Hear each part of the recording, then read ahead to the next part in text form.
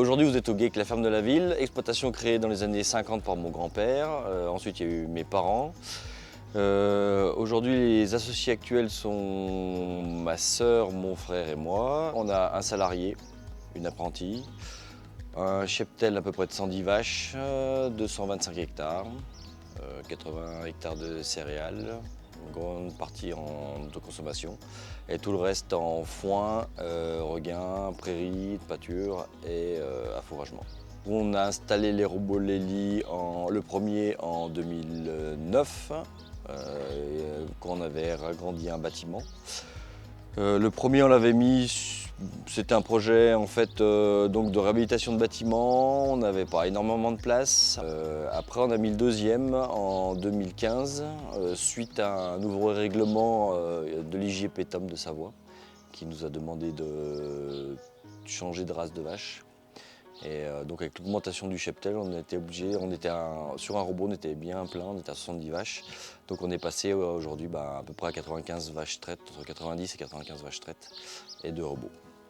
Nous on fabrique depuis 20 ans, depuis les années 2000 à mon installation. On a commencé en salle de traite. Le changement avec le robot, ça nous a amené beaucoup de flexibilité dans le travail. Donc nous, on est d'exploitation basée sur le foin. On est dans les périodes de travail, on est vachement contraint par de rentrer le foin en période sèche le soir. Et souvent, c'était en correspondance avec la traite. Et comme nous, on fabrique, souvent ma mère, ma soeur qui fabriquaient à ce moment-là, devaient souvent se dépêcher à fabriquer ou devaient arrêter pour pouvoir traire pendant que nous on était dehors. Et le robot nous a amené déjà que la strane de la traite pouvait être bougée. Donc nous on peut s'occuper des vaches avant de rentrer le foin, dans l'après-midi. Et aussi si ma soeur fabrique, elle a plus le temps d'aller s'occuper des vaches après. Après aussi, ça a amené que comme on a maintenant tout le lait est trait par les robots, donc il est stocké en tank, on peut fabriquer un peu quand on veut.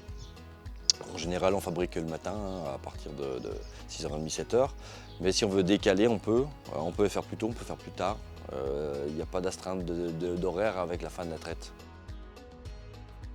On peut dire qu'avec les robots, l'avantage, oui, c'est qu'au niveau de suivi de la traite et des vaches, comme c'est tout informatisé, nous aujourd'hui, avec une production en IGP, avec des lots de fromage assez réguliers, marqués avec de la pastille caséine, s'il y a un problème au niveau de la traite ou au niveau fromage, on peut remonter dans tous les sens, soit à la vache, soit descendre de la vache, aller au fromage, très facilement.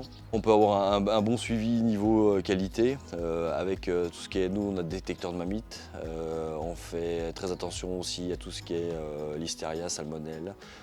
Donc on a les puras pour la vapeur, on a le double brossage, c'est toutes des choses que nous on a mis en place pour la qualité du lait. Aujourd'hui, dans le département de la Haute-Savoie, on a une qualité du lait demandée pour un lait cru qui est très poussée. Et aujourd'hui, avec un robot bien mené, un troupeau bien mené, on a tous les chiffres, toutes les compétences aussi au sein du Lely Center pour produire du lait de qualité. Nous, on fait partie du Lely Center Saint-Félix, donc on n'est pas les premiers à avoir acheté des robots, mais quasiment. On a connu toute l'évolution du Lely Center. On a acheté les premiers en Suisse, et après on a connu le Lely Center de Cusy, après le Lely Center de Saint-Félix. On a une grande proximité avec autant la direction qu'avec nos techniciens. On a toujours travaillé en confiance.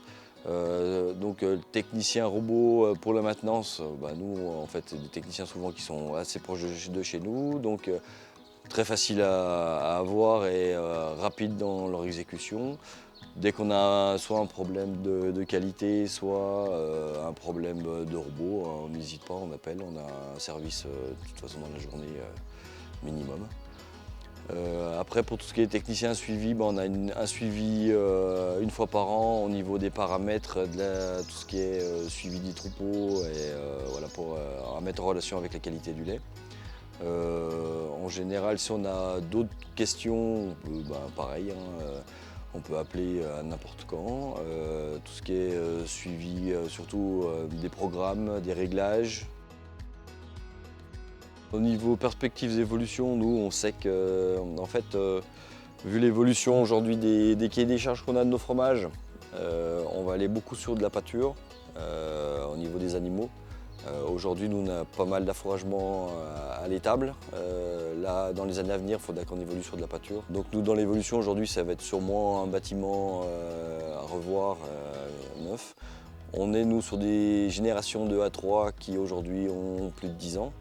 Donc je pense qu'à terme, d'ici 5 ans, il faudra que notre vue, c'est de refaire un bâtiment, amélioré donc, par du changement de matériel plus récent.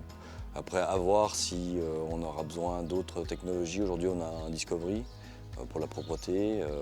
Est-ce que selon le bâtiment qu'on va faire, est-ce qu'on passera sur du collector? Est-ce qu'on passera sur du Caliboti Discovery? On ne sait pas trop. Est-ce qu'il y aura une cuisine? Est-ce qu'il y aura un vector? Aujourd'hui, c'est en réflexion.